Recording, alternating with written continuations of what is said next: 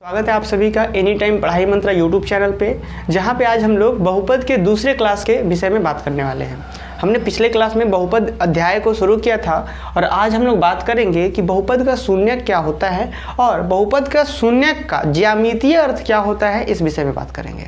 ठीक है, इस टॉपिक को शुरू करें, मीन्स कि बहुपद का शून्यक क्या होता है, इस चीज़ को शुरू करें उससे पहले एक छोटा सा टॉपिक है कि बहुपद का व्यापक रूप क्या होता है ना। तो हेडिंग दे दीजिए कॉपी में, बहुपद का व्यापक रूप। बहुपद का व्यापक रूप, ये व्यापक रूप का क्या मतलब हुआ, इस चीज को हम लोग कहते हैं जनरल फॉर्म। ठीक है, जनरल फॉर्म का मतलब ये हो गया कि जैसे कि अगर हम यहाँ पे लिख दें 2x² प्लस 5x, तो क्या ये बहुपद है? बिल्कुल। अगर आपने पिछला क्लास पढ़ा होगा तो आप समझ पा रहे होंगे कि एक बीजीय व्यंजक है जहाँ पे चर का जो सारा घात है वो एक पूर्ण संख्या है, तो ये बहुपद कहला रहा है। तो मतलब ये एक बहुपद है। इस चीज़ को हम लोग p(x) से भी दिखा सकते हैं, f(x) से भी दिखा सकते हैं, g(x) से भी दिखा सकते हैं। तो ये एक बहुपद हो गया। लेकिन इस बहुपद के लिखने से सिर्फ और सिर्फ इसी बहुपद का बोध होता है ना। लेकिन बहुपद का जो व्यापक रूप होता है, व्यापक रूप कहने का मतलब कि जनरल फॉर्म, वो एक ऐसे बहुपद को दिखाता है कि आप उस व्यापक रूप से आप किसी भी बहुपद को बना सकते हैं। मेरा कहने का मतलब ये है कि जिस प्रकार से हम लोग ईंट बनाते हैं तो हमारे पास एक सांचा होता है, उस सांचा में मिट्टी को डालते जाते हैं, हमारा ईंट बनते जाता है। उसी प्रकार से किसी भी बहुपद को बनाने के लिए एक सांचा की आवश्यकता होती है, जिसे हम लोग उसका व्यापक रूप कहते हैं। जैसे ये बहुपद बना कहाँ से होगा, तो एक सांचा से बना होगा, तो उसी सांचा को हम लोग कह सकते हैं कि इस बहुपद का व्यापक रूप है। ठीक है, तो बहुपद का व्यापक रूप अलग अलग घात वालों के लिए अलग अलग होता है। समझ में आ रहा बात? जैसे एक घात हो गया तो उसका अलग हो गया। जैसे एक घात वाले बहुपद को क्या कहते हैं? रैखिक बहुपद। हमने पिछले क्लास में डिस्कस किया था। दो घात वाले बहुपद को द्विघात बहुपद, तीन घात वाले बहुपद को त्रिघात बहुपद। उसी प्रकार से समझिए, जैसे एक घात वाले बहुपद को हम लोग क्या कहते थे? रैखिक बहुपद। तो ध्यान दे दीजिएगा, यहाँ पे लिख लीजिए आप सबसे पहला नंबर में रैखिक बहुपद,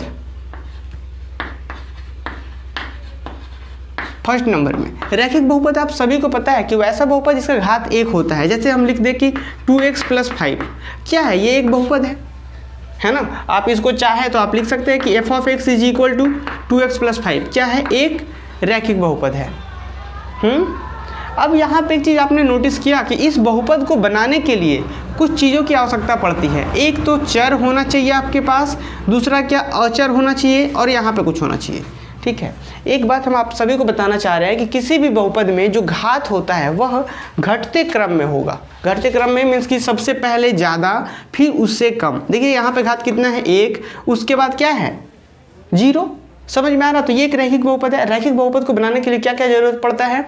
एक चर होना चाहिए, दूसरा अचर होना चाहिए। ठीक है, अगर हम ऐसा कह दें कि रैखिक बहुपद का व्यापक रूप होता है ax, या चलिए इसको थोड़ा सा हम इस तरीके से कर दें कि f(x) = ax + b, जहाँ पे a और b क्या है? पूर्णांक है। जहाँ पे a और b पूर्णांक हो सकते हैं, वास्तविक संख्याएं हो सकती हैं, कोई भी वास्तविक संख्याएं a और b हो सकती हैं। ठीक है, जैसे हम a की जगह पे मान लिया जाए 2 रख दें और b की जगह पे 5 रख दें, तो जैसे जैसे मैंने बताया ना कि किसी बहुपद को बनाने के लिए सांचा की आवश्यकता होती है, तो यह एक प्रकार से सांचा का ही काम करता है, जिससे हम लोग व्यापक रूप कहते हैं। जैसे कि देखिए a की जगह पे हम 2 रख देते हैं, b की जगह पे 5 रख देते हैं, और जैसे यहाँ पे हम वैल्यूज पुट करेंगे तो क्या आएगा? देखिए, तो a की जगह पे जैसे 2 पुट करेंगे तो 2x + 5। कुछ समझ में आ रहा? अगर हम a की जगह पे 5 रख दें, b की जगह पे 7 रख दें, तो क्या होगा? 5x + 7, दूसरा नया बहुपद बन गया, रैखिक बहुपद। अगर जैसे जैसे वैल्यू चेंज करते जाते हैं तो क्या हो रहा है? हमारा बहुपद दूसरा नया नया बहुपद बन रहा है। जैसे हम मान लीजिए a = रख देते हैं 8 और b = रखते हैं -1, तब हमारा बहुपद क्या बनेगा? 8x - 1। कुछ समझ में आ रहा है? व्यापक रूप क्या होता है? व्यापक रूप मतलब कह सकते हैं सांचा जो सभी बहुपद को बना सके। क्लियर?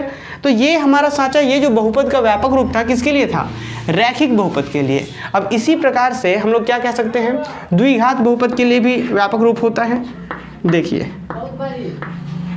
द्विघात बहुपद, द्विघात बहुपद के लिए क्या होता है? इसका भी आप f(x) = लिख सकते हैं ax² plus B X plus C. आप लोग को यहाँ पे एक बात नोटिस करना होगा, हर जितने भी व्यापक रूप होते हैं यहाँ पे जो चर था घात कितना था, 1 था।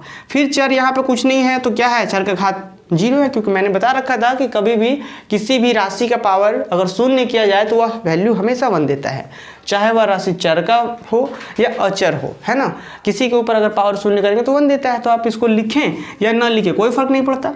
अब उसी प्रकार से देखेंगे अगर द्विघात बहुपद का व्यापक रूप का बात किया जाए तो पहले चर का घात 2, फिर 1, फिर यहाँ कुछ नहीं तो 0। समझ में आ रहा है। और ए बी और सी क्या है, ए बी सी क्या होगा, कोई भी वास्तविक संख्याएं होंगी।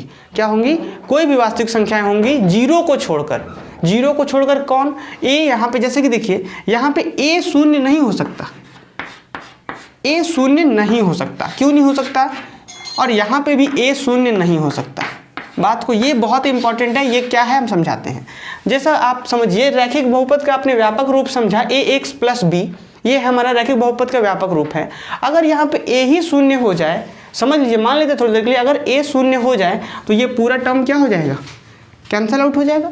तो ये रैखिक बहुपद रहेगा क्या, जब ये टर्म ही कैंसल आउट, एक्स वाला टर्म ही कैंसल आउट, तो सिर्फ बचा कौन, बी, जिसे हम लोग क्या कहते हैं, चर बहुपद कहते हैं, सॉरी अचर बहुपद कहते हैं, कांस्टेंट बहुपद, कांस्टेंट पॉलिनोमियल कहते हैं हम लोग, अचर बहुपद, क्योंकि यहाँ पे पावर 0 हो गया है। ठीक है, तो अगर पावर 1 रहता तभी तो रैखिक बहुपद कहलाता। इसलिए जो हमारा घात बताता हो वो उसके साथ जो आपका गुणांक है, मीन्स कि जो उसके साथ गुना है वो कभी 0 नहीं होना चाहिए। जैसे द्विघात बहुपद के लिए ए एक्स स्क्वायर था, बी एक्स प्लस सी है, तो ये कभी भी 0 नहीं होना चाहिए। बाकी 0 हो कोई फर्क नहीं पड़ता, लेकिन अगर ये 0 हो जाएगा तो ये द्विघात रहेगा ही नहीं, इसलिए ये कभी 0 नहीं हो सकता। समझ में आ रहा है। अब इसी तरीके से त्रिघात बहुपद के लिए क्या होता है, देखिए त्रिघात बहुपद, त्रिघात बहुपद के लिए आप लिख सकते हैं f of x is equal to a x का पावर 3 प्लस बी एक्स का power 2 plus c x plus d. अब यहाँ पे भी क्या होगा, ए 0 के बराबर नहीं होगा, A which is A is not equal to 0। उम्मीद है कि ये समझ में आ रहा होगा। अब इसी तरीके से 4 घात वाला लिया जाए तो आप कर सकते हैं। ठीक है, एक एग्जाम्पल हम देते हैं आप लोगों को द्विघात बहुपद का। जैसे कि कहीं पे लिखा हुआ है f of x is equal to 7x square plus 5। इसका मतलब क्या होता है, इसको जैसे ही हम इससे तुलना करना सीखना होगा आप लोगों को। क्या, सबसे पहले कभी भी हम लोग अगर बोले कि आपके पास मान लिया जाए एक द्विघात बहुपद दिया हुआ है, ये अगर आपसे पूछा जाए ए क्या है यहाँ पे, तो आपको तुरंत पता होना चाहिए कि ए क्या होता था, जो एक्स स्क्वायर का गुणांक होता था उसे ही हम लोग ए कहते थे। कुछ समझ में आ रहा है। जैसे देखिए एक्स स्क्वायर का जो गुणांक होता है द्विघात बहुपद में वो ए कहलाता था। अगर हम इस बहुपद को इसके व्यापक रूप से तुलना करें तो ए कितना आ रहा है, 7। देखिए तो एक्स स्क्वायर के साथ जो साथ रहता है वो ए कहलाता था, मतलब एक्स स्क्वायर के साथ में जो रहता है वो ए कहलाता है। तो क्या हो गया, ए इक्वल टू 7 हो गया। अब जरा देखिए बी क्या होता था, बी मतलब जो चर का घात जहाँ पे 1 है उसके साथ जो रहता था वो क्या कहलाता था, बी कहलाता था। आप इस बहुपद में देखेंगे तो यहाँ पे तो बी एक्स वाला तो है ही नहीं, एक्स वाला टर्म तो है ही नहीं। तो क्या आप इसको थोड़ा सा समझने के लिए ऐसा लिख सकते हैं कि चलो भाई बीच में मान लेते हैं कि 0 इंटू एक्स है, 0 इंटू एक्स, आखिर टोटल 0 ही हो जाना है और 0 ऐड करेंगे तो कोई फर्क नहीं पड़ता। तो इससे अगर आप तुलना करते हैं तो क्या समझ में आ रहा है कि जो b है, मतलब जो b है, जो x वाला टर्म है वो 0 है, इसका मतलब b क्या होगा, 0 होगा। ये सीखना होगा आपको तुलना करने। तो उम्मीद है कि आप समझ गए होंगे कि b 0 क्यों हो रहा है, क्योंकि b वाला टर्म ही नहीं है। अब लास्ट में इसको हम लोग कहते हैं अचर पद। क्या कहते हैं हम लोग इसको, अचर पद। क्यों, क्योंकि इसमें वेरिएबल नहीं दिख रहा है। ठीक है, तो अब हम अगर c का बात करें यहाँ पे, तो यहाँ पे c क्या होता था, अचर पद, जिसमें x नहीं होता था। तो यहाँ पे देखिए क्या है, 5 है। मुझे उम्मीद है कि आप लोग सीख चुके होंगे किस प्रकार से हम लोग तुलना करते हैं। ठीक है, चलिए हम लोग एक और व्यापक रूप से तुलना करके प्रैक्टिस करते हैं, ताकि आप लोगों का जो डाउट्स अगर अभी भी है इस कॉन्सेप्ट में तो वो चीज़ें क्लियर हो जाए, ताकि हम लोग क्लास को आगे बढ़ा सकें। देखिए ये मान लेते हैं g ऑफ x कोई बहुपद है और ये लिखा हुआ है 7x to the power 3 plus 9x plus या प्लस नहीं -3। अब आपको तुलना करना है, ये बहुपद कौन सा बहुपद है, त्रिघात बहुपद। त्रिघात बहुपद क्यों है? क्योंकि इसका घात 3 है। तो ये अगर त्रिघात बहुपद है तो इसका तुलना भी किससे होगा? त्रिघात बहुपद के व्यापक रूप से होगा। और आपको पता होना चाहिए कि त्रिघात बहुपद का व्यापक रूप क्या होता है, किसी का भी आप निकाल सकते हैं। कैसे शुरुआत करते हैं? त्रिघात, तो भाई a x क्यूब, अब पावर कम करते जाना और ABCD पढ़ते जाओ आप, bx स्क्वायर प्लस cx और लास्ट में d, ये होता है हमारा व्यापक रूप। आप चाहे तो इसको gx लिख सकते हैं। ये हमारा क्या हो गया? व्यापक रूप त्रिघात बहुपद के लिए। अब अगर तुलना करेंगे इस बहुपद का इस त्रिघात बहुपद के व्यापक रूप से तुलना करेंगे तो क्या मिलेगा? a इज इक्वल टू आपको मिल रहा है 7, b इज इक्वल टू, देखिए b क्या होता था? एक्स स्क्वायर का गुणांक। गुणांक समझ रहे हैं ना, जो उसके साथ गुना रहता है उसी चीज़ को गुणांक कहते हैं। अगर हम बोलेंगे एक्स क्यूब का गुणांक क्या है तो a है यहाँ पे, एक्स स्क्वायर का गुणांक क्या है तो b है, x का गुणांक क्या है तो c है। समझ में आ रहा? तो यहाँ पे अगर एक्स स्क्वायर के गुणांक का बात करें तो इसमें एक्स स्क्वायर वाला टर्म है क्या? है ही नहीं। क्या है? एक्स स्क्वायर वाला टर्म है ही नहीं। तो चलिए हम आप लोगों के लिए थोड़ा सा लिख दें। इसको हम क्या ऐसा लिख सकते हैं? 7x⁻³ plus 0 into x square plus 9x plus 3, sorry -3 है तो -3। ये कुछ समझ में आया क्या लिखें? यहाँ पे एक्स स्क्वायर वाला टर्म नहीं था तो हम उसको 0 इंटू करके लिख दिए। फाइनली इसको आप देखेंगे तो 0 ही आएगा, 0 का ऐड करेंगे कोई फर्क नहीं पड़ता, तो आप लिख सकते हैं। तो आप देखेंगे कि एक्स स्क्वायर है ही नहीं, इसका मतलब b कितना है? वहाँ पे 0 है। तो हम क्या लिख सकते हैं? b is equal to 0। समझ में आ रहा है बात? अच्छा, और आगे बढ़ते हैं। अब क्या होता है? cx, मतलब कि x का जो गुणांक है वो c कहलाता है। तो यहाँ x का गुणांक कौन है? 9 है। तो c कितना हो गया आपका? c हो गया 9। समझ में आया? अब एक लास्ट होता है d। d क्या होता है? अचर पद। अचर पद देखिए तो d की जगह क्या है? 3 है। लेकिन फॉर्मूला में क्या होता था? व्यापक रूप में क्या होता था? प्लस d, लेकिन यहाँ माइनस d है। तो आप इसको क्या लिख सकते हैं? d जो होगा वो कितना होगा? -3। समझ में आ रहा होगा। उम्मीद है कि आप तुलना करके किस प्रकार से निकाल पा रहे हैं ABCD, जो इस चीज़ को हम लोग क्या कहते हैं? अचर पद कहते हैं, है ना? समझ में आ रहा? आप लोग निकाल पाएंगे। चलिए अब हम लोग आगे की ओर बढ़ते हैं। बहुपद का शून्यांक क्या होता है, जो कि आप लोग क्लास 9th में पढ़ चुके होंगे, फिर भी हम लोग इस टॉपिक को थोड़ा सा रिकॉल करेंगे ताकि आगे जरा सा भी कहीं पे भी प्रॉब्लम ना हो। लोग चौक चेंज कर लेते हैं, लिख लेंगे, हेडिंग दे देंगे बहुपद के शून्यांक।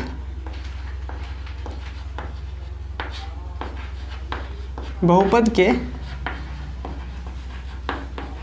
शून्यांक, इसको इंग्लिश में कहते हैं जीरोज ऑफ अ पॉलिनोमियल या जीरोज ऑफ अ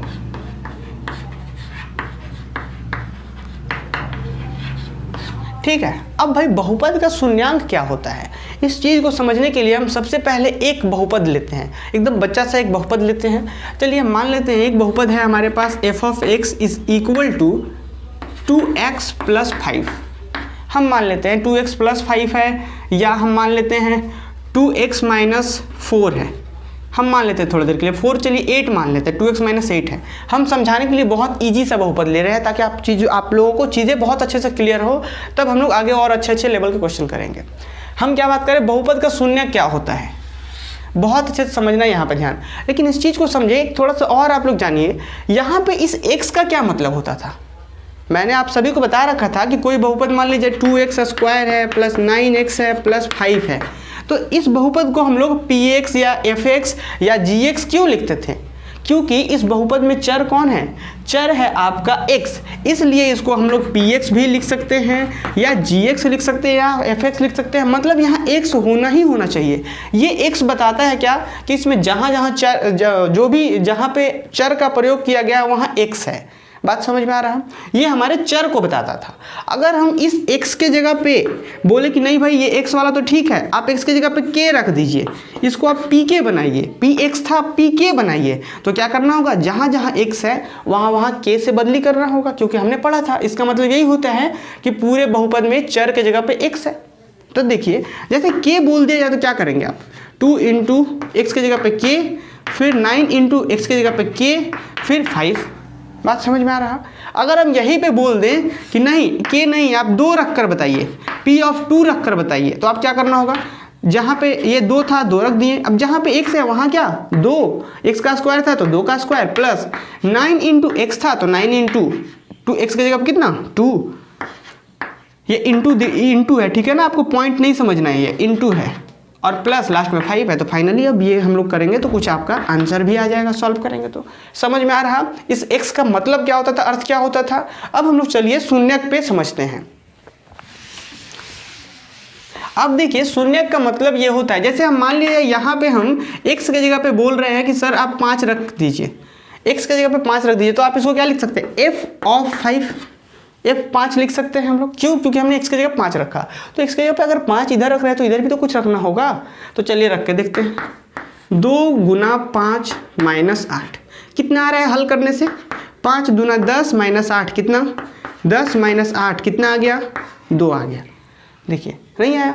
मतलब यहाँ पे एक चीज़ मैं समझाना ये चाह रहा हूँ कि बहुपद में चर का वैसा मान जिसके लिए पूरा बहुपद शून्य हो जाए, उस चर के मान को हम लोग क्या कहते हैं, बहुपद का शून्यक। कुछ समझ में आया? जैसे कि हम लोग, हमारे पास एक बहुपद दिया गया था, इस बहुपद में हमने x के जगह पे कितना रखा, 5 रखा। x के जगह पे 5 रखने का मतलब ये हुआ कि चर की जगह पे हमने 5 रखा, x के जगह पे हमने 5 रखा, तो देख पा रहे हैं हम लोग कि पूरा बहुपद का वैल्यू कितना आ गया, 2 आ गया। क्या शून्य आया? नहीं आया। अगर x इक्वल टू कुछ वैल्यूज रखने पर पूरा बहुपद का मान शून्य हो जाता तो हम लोग क्या कहते हैं कि वो बहुपद का शून्यक हो गया। समझ में आया? चलिए इसी बहुपद के लिए हम लोग अब क्या रखते हैं, x इक्वल टू 2 रख के देखते हैं, या x इक्वल टू 4 रख के देखते हैं। तो f ऑफ कितना हो जाएगा, 4 हो जाएगा, है ना। तो अब f ऑफ जैसे ही 4 होगा तो देखिए x की जगह पे 4 पुट करेंगे तो 2 गुना 4 माइनस 8। अब 2 चौक कितना हो गया, 8 हो गया, माइनस 8। फाइनली कितना आंसर, 0। तो देखिए x equal to 4, x equal to 4 इस बहुपद में रखने पर इस पूरे बहुपद का मान कितना हो जा रहा है, शून्य। तो ऐसे चर के मान को क्या कहते हैं हम लोग, बहुपद का शून्यक कहते हैं। तो अगर बहुपद का शून्यक का परिभाषा लिखना है तो क्या लिखेंगे, चर का वैसा मान जिसके लिए पूरा बहुपद शून्य हो जाए, बहुपद का शून्यक कहलाता है। कुछ समझ में आया? चर का वैसा मान जिसके लिए बहुपद का मान शून्य हो जाए, चर का वह मान बहुपद का शून्यक कहलाता है। क्लियर है? तो अब एक आप लोग बात समझ पा रहे थे यहाँ पे कि बहुपद का शून्यक क्या हुआ। अगर हम आपसे बोले कि भाई यहाँ पे तो बहुत छोटा ही डाटा था, बहुत छोटा सा बहुपद था, आपने क्या किया, आप मन में सोचे 2 नहीं भाई, 2 नहीं 4 लगाओ, 5 लगाओ, आप खुद से सोच पा रहे थे कि यहाँ पे क्या होगा जो शून्य हो जाए। लेकिन यही बड़ा बड़ा क्वेश्चन होगा तो आप कैसे सॉल्व करेंगे। देखिए इसी चीज़ को हम तरीका से बताते हैं कि आप आखिर यहाँ पे तो सोच पा रहे हैं, छोटा सा था। अगर हम ऐसा बोल दें 2x² माइनस 8 प्लस 2x, अब इसका शून्य क्या होगा, तो आप सोचेंगे भाई कि x इक्वल टू 1 रख के देखते हैं, शून्य आ रहा क्या, नहीं आएगा। 2 रख के देखते आ रहा क्या, नहीं आया। 3 रख के देखेंगे, कितने रख कर आप देखेंगे। तो एक तरीका होता है कि किसी भी बहुपद का शून्यक हम लोग निकालते कैसे हैं। ठीक है, यहाँ पे हमने रैखिक बहुपद लिया, द्विघात बहुपद का भी शून्यक निकाला जा सकता है, त्रिघात बहुपद का भी शून्यक निकाला जा सकता है। समझ में आया? चलिए बहुत अच्छी बात है।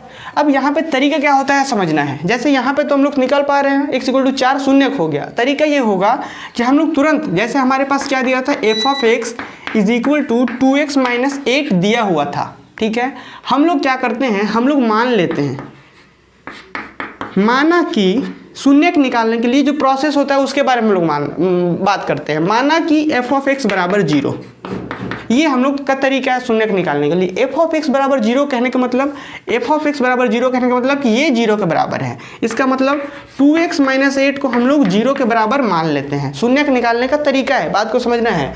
क्या मान लिए, f ऑफ x को 0 के बराबर मान लिया। अब इसको सॉल्व करेंगे ना तो 2x बराबर कितना, माइनस 8 उधर गया, 8 आ गया। अब यहाँ से x देखिए 2 गुना में था तो 8 के नीचे चला गया, कितना हो गया, 2 एकम 2, 2 दूना 4, तो x इज इक्वल टू कितना आ गया, 4। यही हमारा हो गया शून्यक। आप इधर से भी देख पा रहे होंगे कि हमने शून्यक यहाँ से भी x इक्वल टू 4 ही निकाला था और यहाँ से भी हमने x इक्वल टू 4 ही निकाला शून्यक। क्लियर है? अब एक बहुत बहुत इंपॉर्टेंट बात हम लोग बात करने वाले हैं। आप सोच पा रहे होंगे कि सर क्या सिर्फ और सिर्फ एक ही वैल्यू होगा जो इसको शून्य करे? नहीं, वो घात के ऊपर निर्भर करता है। देखिए ये बहुत इंपॉर्टेंट, नोट करके लिख लेंगे। ठीक है, नोट नंबर 1 में क्या लिखेंगे कि बहुपद का शून्यक की संख्याएं उतनी ही होंगी जितना उस बहुपद का घात हो। फिर से लिख लीजिए नोट में कि बहुपद के शून्यक की संख्याएं उतना ही होंगी जितना उस बहुपद का घात हो। समझ में आया? मतलब कहने का मतलब ये है कि मान लीजिए कोई बहुपद का घात 2 है तो उस बहुपद का शून्यक भी क्या को निकलेगा, 2 गो। मतलब समझिए, मान लेते हैं कोई एफ ऑफ एक्स कोई बहुपद है, ठीक है, एफ ऑफ एक्स कोई बहुपद है, इस बहुपद का घात 2 है, तो इसको शून्य करने वाला एक्स का क्या वैल्यू मिलेगा, 2 गो। कुछ समझ में आया? जैसे अभी हमने देखा था कि 2x माइनस 8 था और ये क्या था, एफ ऑफ एक्स था, ये एक बहुपद था, तो इसका जो शून्य निकला क्या गो निकला था, एक ही गो निकला था। क्यों एक निकला था? क्योंकि इस बहुपद का घात कितना है, 1 है, ठीक है, इस बहुपद का घात 1 था, इसलिए इसका शून्य भी कितना निकला, 1 ही निकला। समझ में आ रहा है बात? चलिए, इस प्रकार से होता है। अब हम लोग समझते हैं कि बहुपद का शून्यक और इसका ज्यामितीय अर्थ क्या होता है। ठीक है, आप लोग उम्मीद है कि ये चीजें समझ पा रहे होंगे।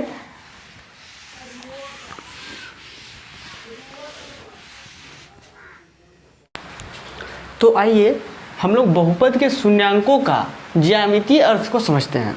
अभी हमने सीखा कि बहुपद का शून्यांक का अर्थ क्या होता था, ठीक है। अब हम लोग जानेंगे कि बहुपद के शून्यांकों का ज्यामितीय अर्थ क्या होता है। तो ज्यामितीय अर्थ को समझने के लिए हम सबसे पहले एक बहुपद लेते हैं। बहुपद जैसे अभी जो हमने लिया था उसी बहुपद को हम फिर से लेते हैं। F of x is equal to, हमने एक साधारण सा बहुपद लिया था 2x माइनस 8। इस बहुपद का जो शून्यक था वो शून्यक कितना था, x इज इक्वल टू 4 रखने पर यह बहुपद शून्य हो जा रहा था। तो इसलिए बहुपद का जो शून्यक है क्या था, वो शून्यक जो था वो है शून्यक बराबर था 4, ये ध्यान रखना है। अब इस बहुपद का जो ये बहुपद है और इसका शून्यक का ज्यामिति में अर्थ क्या होता है, उसी चीज़ को हम लोग समझने का प्रयास करेंगे। तो मैं आप लोगों को कुछ 8 9th की बातें याद दिलाऊं जो आप लोग अभी भी पढ़ के आए होंगे पिछले क्लास से। तो आपने वहाँ पे पढ़ा था कि अगर कोई बहुपद आपको दिया रहे, मान लीजिए कोई एक बहुपद दिया रहे, इस चीज़ को आप एफ ऑफ एक्स मान सकते हैं, जी ऑफ एक्स मान सकते हैं। चलिए मान लेते हैं कि ये एफ ऑफ एक्स दिया है एक बहुपद। इस बहुपद का आपने वहाँ पे एक चीज़ पढ़ा था कि एक्स वाई अक्ष पे किसी बहुपद को किस प्रकार निरूपित किया जाता है, कुछ याद है आप सभी को? वहाँ पे हमें दिया रहता था कि इस बहुपद को हम लोग एक्स वाई अक्ष पे, इसको थोड़ा सीधा कर लेते हैं एकदम स्ट्रेट, किस प्रकार निरूपित किया जाता है। जैसे आपको पता है कि हमारा ये जो होता है एक्स अक्ष होता है, ये क्या होता है, एक्स अक्ष होता है, इसको एक्स एक्सिस भी कहते हैं, और ये क्या होता है, वाई अक्ष है ना, इसे वाई एक्सिस भी कहते हैं। ठीक है, ये और भी बढ़ाया जा सकता है जितनी चाहे ज़रूरत पड़े। और इस साइड क्या होता है, 1 2 3 एंड 4 5 6 7 एंड सो ऑन, इस तरीके से और बढ़ता जाता है। -1 -2 -3 -4 -5 -6, इस तरीके से और बढ़ेगा। और ये क्या होता है, ऊपर में जाएंगे तो 1 2 3 4 5 6 एंड यह 7 और भी बढ़ेगा। अब इधर आएंगे 1 -1 -2 -3 -4 -5 एंड -6। तो ये क्या था, हमारा एक्स वाई अक्ष था। इस एक्स वाई अक्ष पे किसी भी बहुपद को किस प्रकार निरूपित किया जाता है, ये आपने बहुत अच्छे से पिछले क्लास में पढ़ रखा है। अगर आपको कहीं समस्या है कि किसी बहुपद को हम लोग एक्स वाई अक्ष पे किस प्रकार निरूपित करते हैं, तो उस चीज़ को हम लोग देखते हैं। चलिए मान लिया जाए ये एक बहुपद है 2x माइनस 8। इस बहुपद को अगर हम लोग इस एक्स वाई अक्ष पे निरूपित करना चाहें, इस बहुपद को दिखाना चाहें, या फिर ऐसा कह सकते हैं कि इस बहुपद का ग्राफ बनाना चाहें, तो किस प्रकार से बनाते थे? आप लोग को याद होगा कि ये जो बहुपद होता है f of x equal to एक बहुपद है, इसी बहुपद को आप मानते थे, वहाँ पे माना कि y is equal to 2x minus 8। Actually में ये मानना नहीं होता, इसका अर्थ ही ये होता है। जब आप लोग हायर क्लास में जाएंगे 11th 12th में पढ़ेंगे तो आपको समझ में आएगा कि ये एफ ऑफ एक्स कुछ और नहीं बल्कि y ही होता है। ठीक है, ये एफ ऑफ एक्स को ही हम लोग y कहते थे। तो हमारे पास जो बहुपद दिया रहता था उसे हम लोग y के इक्वल्स मान लेते थे। यहाँ पे है ना, हम क्या लिखते थे, माना कि y इज इक्वल टू ये, और ये एक्चुअली में अलग से कुछ y नहीं आ रहा है। ठीक है, ये एफ ऑफ एक्स को ही y कहते हैं हम लोग। तो y इक्वल टू ये हो गया। और उसके बाद हम लोग क्या करते थे, एक बॉक्स बनाते थे, कुछ याद आ रहा है, बॉक्स बनाते थे, और इस बॉक्स को कुछ हम लोग इस तरीके से करते थे। अब ये सारी चीज़ें समझ आनी है कि यहाँ हो क्या रहा है, कुछ याद आ रहा है। y इक्वल टू हमने ये बहुपद को मान लिया, और यहाँ पे सबसे पहले ऊपर में लिखते हैं x, फिर लिखते हैं y। ये एक्स वाई क्या होता है, जैसे कि अब आपके पास जो बहुपद है यहाँ पे दिख रहा है, इसमें होता ये है कि आप x का कोई अपने मन से मान रखिए, 1 रखिए, 2 रखिए, 3 रखिए, 4 रखिए, कुछ भी रख दीजिए अपने मन से, और देखिए कि y का क्या मान आ रहा है। अगर हम x के जगह पे 2 रखते हैं, समझिए अगर हम x के जगह पे 2 रखते हैं तो इसका मान क्या आ जाना है, मान जो आएगा देखिए तो 2 गुना x के जगह पे 2, तो x के जगह पे 2 तो क्या 2 पहले से था 2 रख दिए। तो इसको अच्छे से थोड़ा समझाते हैं हम आपको। y is equal to y था, y रन दिए 2, x के जगह पे कितना 2 तो गुने 2 माइनस 8। देखिए तो x के जगह पे जैसे ही 2 रखे 2 दूना 4 माइनस 8, 4 माइनस 8 क्या हो जाना है -4। ये तो आपको पता है प्लस माइनस माइनस और ये बड़ा है इसलिए इसका साइन। तो क्या आ गया, जैसे ही हम x इक्वल टू 2 रख रहे हैं तो y का वैल्यू कितना आया -4। समझ में आ रहा है। तो ये क्या बताता था, ये एक तरीका होता था इस बॉक्स को फिल करने का। हमने x इक्वल टू 2 रखा तो y कितना आ गया -4।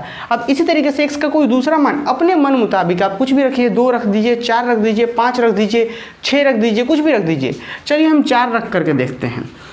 तो जैसे ही आप x इक्वल टू 4 रखेंगे तो ध्यान दीजिए क्या होगा, y इज इक्वल टू होगा 2 × 4 -8। यहाँ 2 दूना 2 चौक कितना हो गया 8 -8, फाइनली कितना आ गया 0। तो देखिए दूसरा जो हम मान निकाल पा रहे हैं वो कुछ इस प्रकार से है कि जैसे ही हम x इक्वल टू 4 रखे तो y का वैल्यू कितना आ गया 0 आ गया। समझ में आ रहा है। अच्छा अब कोई दूसरा एक और मान चलिए आप लोगों के लिए हम लेते हैं। x इक्वल टू मान लिया जाए 6 लेते हैं। x इक्वल टू अगर 6 लें तो y इक्वल टू कितना आएगा, देखिए तो 2 गुना 6 -8, क्योंकि हम x के जगह पे 6 ले रहे हैं तो x जहाँ है वहीं पे 6 लेंगे। अब देखिए कितना आ गया 12 -8, फाइनली कितना 12 में से 8 गया 4 बचा। तो x इक्वल टू 6 ले रहे हैं हम लोग तो y कितना आ रहा है 4 आ रहा। ये समझ में आया। तो ये जो चीज़ें होती हैं जैसे कि x इक्वल टू 2 रखे तो -4 आया, 4 रखे तो 0 आया, 6 रखे तो 4 आ रहा है। ये क्या होता है, ये x y अक्ष में एक बिंदु को निर्देशित करता है। आपको पता है कि x y अक्ष में आप कहीं पे भी एक बिंदु ले लीजिए तो उस बिंदु को दिखाने के लिए 2 निर्देशांक होते हैं, एक x का निर्देशांक दूसरा y का। मीन्स कि किसी भी बिंदु का जो निर्देशांक होगा वो कुछ इस प्रकार से होता था x और y में।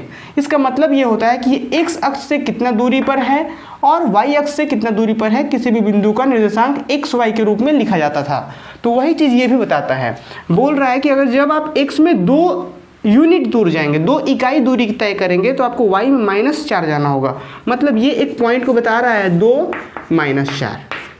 ये एक ऐसे बिंदु को बता रहा है जो 2 -4 को दिखा रहा। तो अब देखिए x में 2 कहाँ कहाँ है, x में 2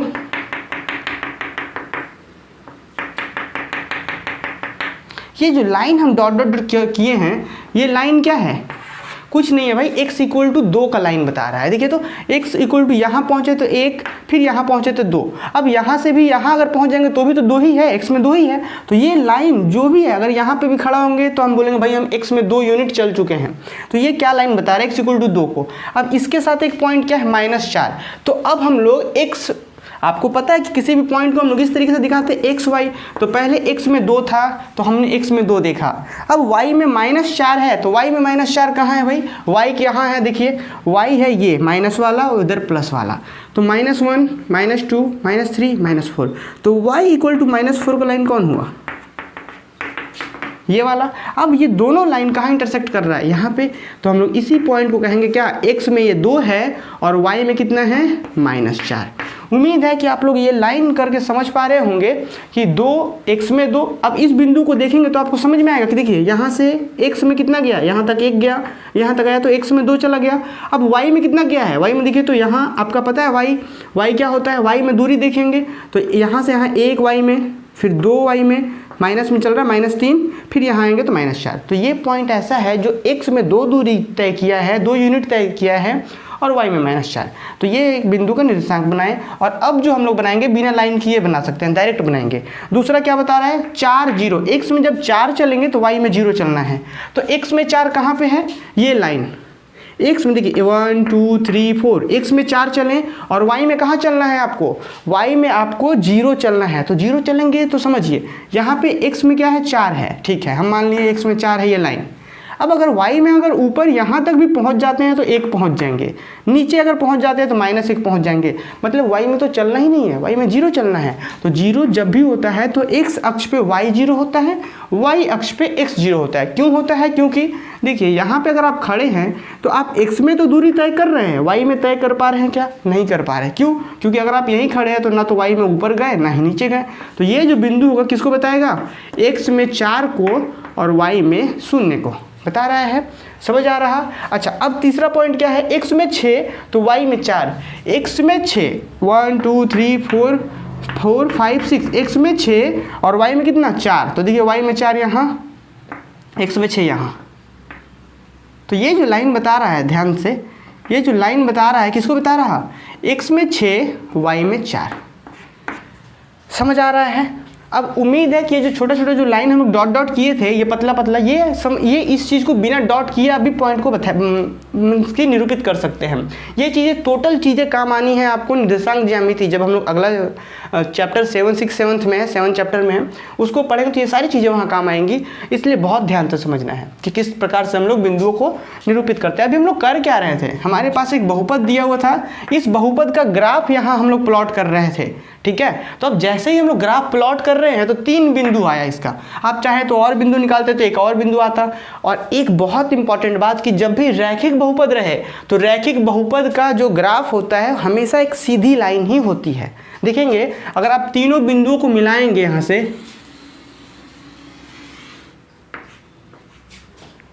एक सीधी रेखा आई, अगर मान लेते एक और चौथा बिंदु निकालते हैं यहाँ पे 5 रख करके तो कुछ आता, तो वो भी इधर ही कहीं आता, इसी लाइन पर ही वो भी बिंदु आता। क्यों? क्योंकि हमने 9th में ही पढ़ रखा है कि किसी भी रैखिक बहुपद का जो ग्राफ होता है एक सीधी रेखा होती है। समझ में आ रहा है बात। तो अब यहाँ पे हम लोग अर्थ समझ रहे थे, हम लोग तो बहुपद के शून्यांकों का ज्यामितीय अर्थ समझ रहे थे, हम क्या कर रहे हैं यहाँ पे, तो बात को समझने का प्रयास कीजिए। हमने बहुपद एक लिया, बहुपद क्या था, f of x equal to 2x minus 8, f of x equal to 2x minus 8, और हमें पता था, हमने शून्यांक निकाला था दूसरी विधि से, शून्यांक आया था 4, ठीक है। और हमने इसी बहुपद का ग्राफ बना दिया, हमने इसी बहुपद का ग्राफ बनाया, और हम लोग ग्राफ में एक चीज़ नोटिस कर पा रहे हैं कि जो इसका शून्यक था ये x अक्ष को वहीं पे काट रहा है। जैसे कि अगर ये हमारा f of x में बहुपद है तो इसका जो शून्यक होगा वो भी क्या होगा, x इज इक्वल टू ही होगा। अगर हमारा बहुपद x में है तो शून्यक जो होगा वो x का मान ही तो होगा। ऐसा थोड़ा है कि बहुपद x में है तो y का मान शून्यक कहलाएगा, नहीं कहला सकता, क्योंकि चर का ही मान शून्यक कहलाता है। अभी मैंने आपको समझाया। तो देखिए आप एक चीज़ देख पा रहे होंगे कि हमने इस बहुपद का जैसे ही ग्राफ बनाया तो ये x को कहाँ पे कट कर रहा है, x को कट कर रहा है, देखिए x को कहाँ कट कर रहा है, 4 पे। x को मीन्स कि किसी भी बहुपद का अगर ग्राफ आप लोग बनाते हैं तो ये x अक्ष को वहीं पे कट करेगा जो इसका शून्यक होगा। अगर इसका शून्यक 2 रहता तो ये 2 पे कट करता है x अक्ष को। अगर इसका शून्यक 4 है तो 4 पे कट कर रहा है। अगर इसका शून्यक 5 होता तो ये 5 से जाता। समझ में आ रहा? इसी प्रकार से। और ऐसा क्यों? क्योंकि ये x अक्ष को ही क्यों काट रहा है। हो सकता है मान लिया जाए थोड़ी देर के लिए कुछ इस प्रकार से ये होता, मान लेते इस प्रकार से होता और यहाँ पे 2 होता, समझ लीजिए 2, तो आप बोलते सर ये तो x अक्ष को भी काट रहा है, y अक्ष को भी काट रहा है, तो इसका शून्यक कौन होगा। तो हम लोग सबसे पहले ये देखेंगे कि बहुपद कौन है। बहुपद अगर x चर में है, x चर में है तो हम लोग देखेंगे कि x अक्ष को जहाँ काट रहा है वही इसका शून्यक होगा।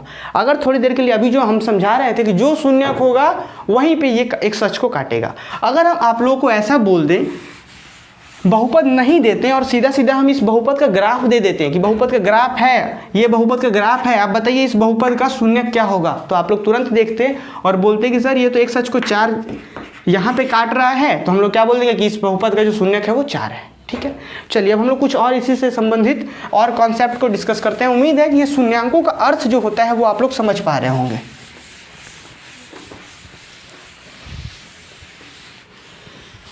देखिए अब हम लोग आते हैं थोड़ा सा इसी का व्यापक रूप के बारे में। व्यापक रूप आप लोग बहुत अच्छे से समझ चुके होंगे।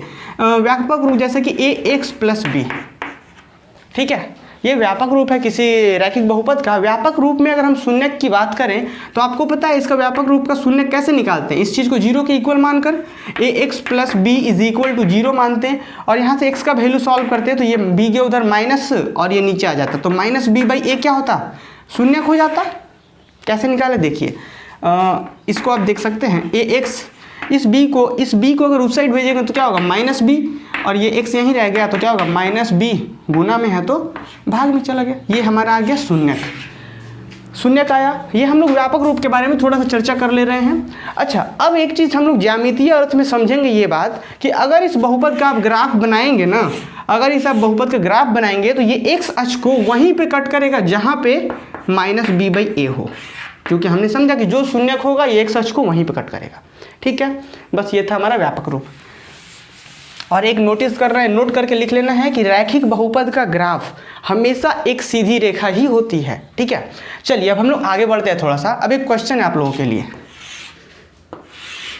मान लिया जाए कहीं पे एक ग्राफ दिया हुआ है 1 2 इधर 3 और ये ऐसे है कुछ और इस तरीके से, और मान लेते कोई ऐसा बहुपद है, किसी बहुपद का ग्राफ यहाँ 2 से कट करके जा रहा है, ये 2 है। ठीक है, तो अगर हम पूछें आपसे कि ये जिस बहुपद का ग्राफ है उस बहुपद का शून्य क्या होगा, तो आप कहेंगे कि सर शून्य ये हमें पता है कि x, अगर ये बहुपद f ऑफ x में है, मतलब x चर में अगर ये बहुपद है, तब ये x एक्सिस को जहाँ से कट करेगा वही उसका शून्य कहलाएगा। अच्छा ठीक है, अगर मान लेते हैं, थोड़ी देर के लिए समझिए, अगर हम बोल दें कि ये जो बहुपद है, जो बहुपद का ग्राफ है वो f ऑफ y है, और यहाँ पे है 1, यहाँ पे है 2, यहाँ पे है 3, यहाँ पे है 4, यहाँ पे है 1, यहाँ पे है यहाँ पे है 1, यहाँ पे है 2, इस तरीके से जा रहा। अगर हम पूछे कि ये जो बहुपद का ग्राफ दिया हुआ है वो f ऑफ y का ग्राफ है, वो f ऑफ y बहुपद है, f ऑफ x नहीं है, और अब हम आपसे पूछ रहे हैं कि इसका शून्य क्या होगा। जैसे कि f ऑफ x होता था तो हम लोग x एक्सिस को देखते थे और बताते थे कि x को जहाँ कट कर रहा है वो उसका शून्यक होगा। अगर बहुपद f ऑफ y रहे तो हम क्या कह सकते हैं कि जहाँ पे y अक्ष को काट रहा है वो इसका शून्यक होगा। अगर ग्राफ बनाएंगे, अभी जो हमने कॉन्सेप्ट डिस्कस किया उसके अकॉर्डिंग भी यही चीज़ें आनी है। ठीक है, चलिए तो हम लोग थोड़ा सा और आगे बढ़ते हैं इसी कॉन्सेप्ट को डिस्कस करते हुए। ये तो बात था हमारा रैखिक बहुपद का, कि जब भी हम लोग रैखिक बहुपद का ग्राफ बनाते हैं तो एक सीधी रेखा आती है। जब यदि हम लोग द्विघात बहुपद के बारे में बात करें तो क्या होगा, द्विघात बहुपद, इसके बारे में अगर हम लोग बात करेंगे, क्योंकि आपको पता है कि द्विघात बहुपद का जो व्यापक रूप होता है वो क्या होता है, f of x is equal to ax² plus bx plus c। ये किसी द्विघात बहुपद का व्यापक रूप होता है, हमने डिस्कस किया है, आज ही के क्लास में डिस्कस किया है। तो अगर हम लोग इसका ग्राफ बनाएंगे ना, चूंकि आपको पता है इससे पहले जो हमने देखा, यहाँ थोड़ा सा और देख लीजिए एक बार, हमने क्या देखा, हमने देखा कि अगर कोई बहुपद रैखिक रहे तो उसका शून्यांकों की संख्या कितनी होगी। हमने इस चीज़ को पिछले क्लास में बताया था आपको कि जिस बहुपद का जितना घात होगा उस बहुपद का शून्यांकों की संख्या भी उतनी होगी। मान लेते हैं कोई बहुपद है f ऑफ x, इसका घात 5 है, घात 5 है, मैंने घात के बारे में समझाया था। अगर इस बहुपद का घात 5 है तो इसके 5 शून्यांक निकलेंगे। अगर किसी बहुपद का घात 1 है तो इसके शून्यांक 1 निकलेंगे। जैसे हम लोग रैखिक बहुपद के बारे में बात कर रहे थे, ax प्लस b एक रैखिक बहुपद था, इसका शून्यांक निकालते थे तो 1 आता था। इसी वजह से है कि ये x एक्सिस को हमेशा एक ही जगह पे कट करता है। ठीक है, अगर द्विघात बहुपद का बात करें तो इसको शून्यांकों की संख्या कितनी होगी, 2 होगी। तो अगर हम लोग इसका ग्राफ बनाएंगे तो आपको पता है, आप कोई भी एक द्विघात बहुपद लीजिए, आपके एनसीईआरटी बुक में एक द्विघात बहुपद का उदाहरण दिया गया है और उसको सेम उसी तरीके से बॉक्स बना करके x और y का मान निकाल करके, बिंदुओं को निकाल करके ग्राफ बनाया गया है। तो आप कभी भी एक द्विघात बहुपद का ग्राफ बनाएंगे तो आपको पता है किस प्रकार का ग्राफ मिलेगा, कुछ इस प्रकार का।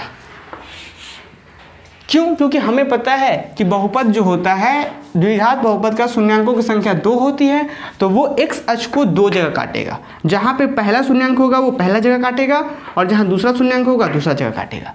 लेकिन स्थिति कभी कभी कुछ ऐसा भी होता है कि ग्राफ ऐसे ना हो करके ऐसे भी हो जाए, एक यहाँ पे काट लिया पहला शून्यांक, दूसरा शून्यांक यहाँ। और ये जो हम लोग शेप जान रहे हैं, जैसे रैखिक के लिए एक सीधा होता था, सीधा लाइन, जिस चीज़ को हम लोग सीधी रेखा कहते थे। अब इस तरीके की आकृति को हम लोग क्या कहते हैं, परवलय। क्या कहते हैं, परवलय, इंग्लिश में पैराबोला कहते हैं। आप लोग को 11th-12th में इसके बारे में बहुत अच्छे से पढ़ना है। यहाँ पे समझ में आ रहा है कि द्विघात बहुपद का ग्राफ कुछ इस प्रकार से होता है। अच्छा, जरूरी नहीं है कि सारे द्विघात बहुपद का शून्यक निकल ही जाए, है ना, जरूरी नहीं है कि सारे द्विघात बहुपद का शून्यक निकले। कुछ द्विघात बहुपद का वास्तविक शून्यक नहीं निकलता। वास्तविक शून्यक कहने का मतलब कि इस x अक्ष पे शून्यक नहीं निकलता। कभी कभी ऐसा भी आपको देखने को मिलेगा कि द्विघात बहुपद का ग्राफ बनाए और ऐसे निकल गया, एक भी बार x अक्ष को नहीं काट रहा, तो क्या उसके शून्यक नहीं होंगे? हमने पढ़ रखा है कि बहुपद का जितना घात होगा उसके शून्यक उतने होंगे ही होंगे। अगर घात 2 है तो शून्यक 2 होगा ही होगा, लेकिन ज़रूरी नहीं है कि हर बार शून्यक वास्तविक ही हो। कभी कभी ऐसा भी होता है, कभी कभी ऐसा बहुपद मिलेगा आपको जिसका शून्यक यहाँ नहीं हो, उसका शून्यक काल्पनिक होता है। 11th-12th में आपको पढ़ना है, लेकिन अभी इतना जरूर जान लीजिए कि जितना घात उतना शून्यक। हाँ, जरूरी नहीं है कि दोनों शून्यक मिल ही जाए, कभी कभी ऐसा भी होगा कि एक भी शून्यक ना मिले, तो क्या इसके शून्यक नहीं होंगे? शून्यक होंगे। तो इस स्थिति में अगर कोई ग्राफ ऐसा दे दे आपसे और बोल दे कि ये f(x) का ग्राफ है, आप बताइए कि शून्यांकों की संख्या कितनी होगी, तो आप क्या कहेंगे? शून्यांकों की संख्या 0। ठीक है, यहाँ पे शून्यांकों की संख्या 0। अगर यहाँ पे बोला जाए कि शून्यांकों की संख्या कितनी होगी यहाँ पे, तो आप बताएंगे कि शून्यांकों की संख्या 2 है। क्यों? क्योंकि ये x अक्ष को 2 जगह काट रहा है। ठीक है, अब इसी प्रकार से अगर यहाँ पे कोई दे दे ग्राफ और बोले कि ये है f(y) का बहुपद है, f(y) बहुपद का ग्राफ है, तो इसका शून्यांकों की संख्या कितनी होगी? तो आप लोगों का आंसर होना चाहिए 0, क्योंकि ये f(y) है और ये कट कर रहा है x एक्सिस को, तो इसका शून्यांक तो इधर मिलना चाहिए। तो इस वजह से अगर यही चीज़ x रहता तो क्या होता? 2, और अगर ये y है तो 0 होगा। समझ में आ रहा है? चलिए अब हम लोग कुछ प्रश्न लेते हैं आपके ही बुक का। उम्मीद है ये चीज़ें क्लियर हो गई होंगी कि अर्थ क्या होता है बहुपद के शून्यांकों का, उनका ज्यामितीय अर्थ क्या होता है। चलिए आपके ही बुक का है, NCERT बुक का एक प्रश्न है। अगर उदाहरण 1 की बात करें तो देखिए, सबसे पहले यहाँ पे देखिए, आप लोग को जो भी NCERT 10th तक की बात करें तो हमेशा जो बहुपद दिया रहेगा, बहुपद का जो ग्राफ दिया रहेगा वो हमेशा f(x) का ही दिया रहेगा, f(y) में कभी नहीं दिया हुआ है। चाहे आप RS अग्रवाल की बात करें या NCERT बुक की बात करें या SC वर्मा का बात करें, KC सिन्हा का बात करें, जितने भी बुक हैं तो सभी बुक में f(x) का ही ग्राफ रहता है, f(y) नहीं रहता। तो देखिए एक उदाहरण 1 है आपके ही बुक का, NCERT का। नीचे दी गई आकृति 2.9 में ग्राफों को देखिए। प्रत्येक आकृति y = px है ना, y = px, px मतलब बहुपद x में। ठीक है, y = px, जहाँ px एक बहुपद है का ग्राफ है। ग्राफों से प्रत्येक के लिए px के शून्यांकों की संख्या ज्ञात कीजिए। हमें शून्यांकों की संख्या ज्ञात करना है, और जो आकृति दिया गया है, जो ग्राफ दिया गया है, वो y = px बहुपद के लिए दिया गया है, मतलब वैसा बहुपद के लिए जिसमें चर x है। तो पहला जो आकृति है हम लोग देखेंगे,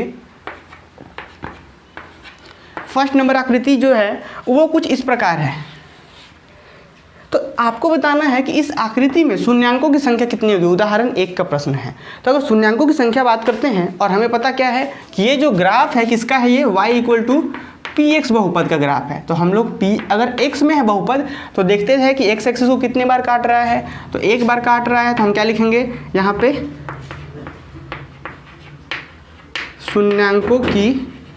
शून्यांकों की संख्या बराबर यहाँ पे 1। उम्मीद है समझ में आ रहा होगा। और इसी प्रकार से हम लोग दूसरा प्रश्न को देखेंगे तो वो कहता है कुछ इस प्रकार से। ठीक है, तो यहाँ पे अगर हम लोग शून्यांकों की संख्या की बात करें तो 2 है। उम्मीद है ये चीज़ समझ में आ रहा हो, क्योंकि x एक्सिस को 2 जगह कट कर रहा है, प्रतिच्छेद कर रहा है, तो इस वजह से यहाँ शून्यांकों की संख्या 2 होगी। इसी तरीके से एक तीसरा अगर हम लोग बात करते हैं तो तीसरा कुछ इस प्रकार से है। अच्छा, हमने एक चीज़ आपको शायद बताया, देखिए जिस प्रकार से हमने रैखिक बहुपद के लिए समझा कि रैखिक बहुपद का ग्राफ हमेशा एक सीधी रेखा होती है, उसी प्रकार से हमने समझा कि द्विघात बहुपद का ग्राफ हमेशा परवलय आकार का होता है। परवलय आकार मतलब कि पाराबोला टाइप्स। और पाराबोला किस प्रकार से होता है, या तो इस प्रकार से या तो इस प्रकार से। ठीक है, अब पाराबोला भी 4 टाइप्स के होते हैं, थोड़ा देख लीजिए। अगर पाराबोला इस तरीके से रहे, पाराबोला मतलब परवलय, तो इसको हम अपवर्ड पाराबोला बोलते हैं। अगर पाराबोला इस तरीके से रहे तो इसको डाउनवर्ड पाराबोला बोलते हैं। ये होता है राइट हैंडेड पाराबोला और ये होता है लेफ्ट हैंडेड पाराबोला। समझ में आ रहा है? तो ये सारी चीज़ें क्या है, द्विघात बहुपद के ही ग्राफ का चित्रण है। तो ये चीज़ें पढ़ना है आपको 11th-12th में। फिलहाल अभी हम लोग आगे देखते हैं। हाँ, इसी प्रकार से एक चीज़ है, अगर y मान लीजिए कहीं पे f(x) = कुछ इस प्रकार से ax³ + bx² + cx + d। आप देख पा रहे हैं कि ये क्या है, एक त्रिघात बहुपद है। तो त्रिघात बहुपद का जो हमेशा होता है शून्यांकों की संख्या 3 होगी, और इसका ग्राफ जो होता है कुछ इस प्रकार से होता है, इस प्रकार से एस टाइप का, मतलब 3 जगह कट करना है। और कभी कभी ऐसा भी होता है, मतलब एक शून्यांक वास्तविक है और 2 शून्यांक काल्पनिक है, तो ये चीज़ें हम लोग पढ़ेंगे। तो ऐसा नहीं, तो त्रिघात बहुपद का जो होता है ग्राफ कुछ इस प्रकार से होता है। तो अभी देख पा रहे हैं कि तीसरा प्रश्न जो है आपके सामने इस प्रकार से है और इसमें शून्यांकों की संख्या पूछी जा रही है। तो शून्यांकों की संख्या कितनी होगी? 1 2 3, ठीक है। तो यहाँ पर शून्यांकों की संख्या 3 होगी। अब इसी तरीके से है चौथा है, शून्यांकों की संख्या 1 होगी और एक है आपका पांचवा, है ना। देखिए कुछ इस प्रकार से है, ठीक है। पांचवा अगर हम लोग देखते हैं, बात करते हैं, तो पांचवा ये बच्चों को थोड़ा सा कन्फ्यूजन होता है कि यहाँ पर शून्यांकों की संख्या क्या होगी। तो अगर आप ध्यान से देखेंगे तो यहाँ पर शून्यांकों की संख्या 1 है। अगर हम इसको थोड़ा सा जूम करके बनाएं, अक्सर लोग जूम समझ रहे होंगे कि जूम हम क्या बात कर रहे हैं। अगर हम इस चीज़ को थोड़ा सा जूम करके बनाएं तो ये कुछ इस प्रकार से होगा, एकदम ग्राफ हमारा आ रहा होगा और सिर्फ एक बिंदु को टच करके निकल जा रहा है। तो ये प्रतिच्छेद कितनी जगह कर रहा है? एक जगह प्रतिच्छेद कर रहा है। तो यहाँ शून्यांकों की संख्या क्या होगी? 1 होगी। समझ में आ रहा है? जैसे यहाँ पे 1 2 3 था, लेकिन इस तरीके का जहाँ भी सिर्फ टच करके निकल जाए तो हमेशा शून्यांकों की संख्या कितनी होती है? 1 होती है। समझ में आ रहा है? इसी तरीके से एक अंतिम है, इस प्रकार से है कुछ, वो 1 2 3 4 इस प्रकार से है ना। तो वहाँ पे 4 होगी शून्यांकों की संख्या। अब इसी तरीके से उम्मीद है कि आप प्रश्नावली 2.1 के प्रश्नों को हल कर पाएंगे। चलिए फिलहाल प्रश्नावली 2.1 के हम सिर्फ एक प्रश्न को देखते हैं जहाँ पे हो सकता है आप लोगों को डाउट आए।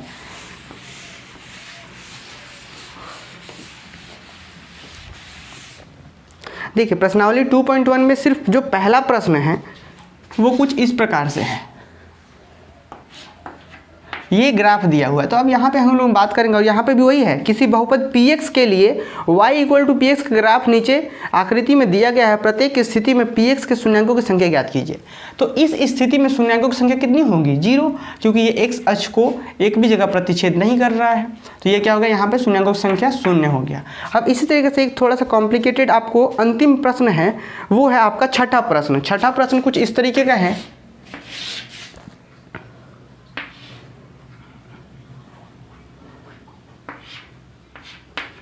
छठा प्रश्न कुछ इस तरीके का है।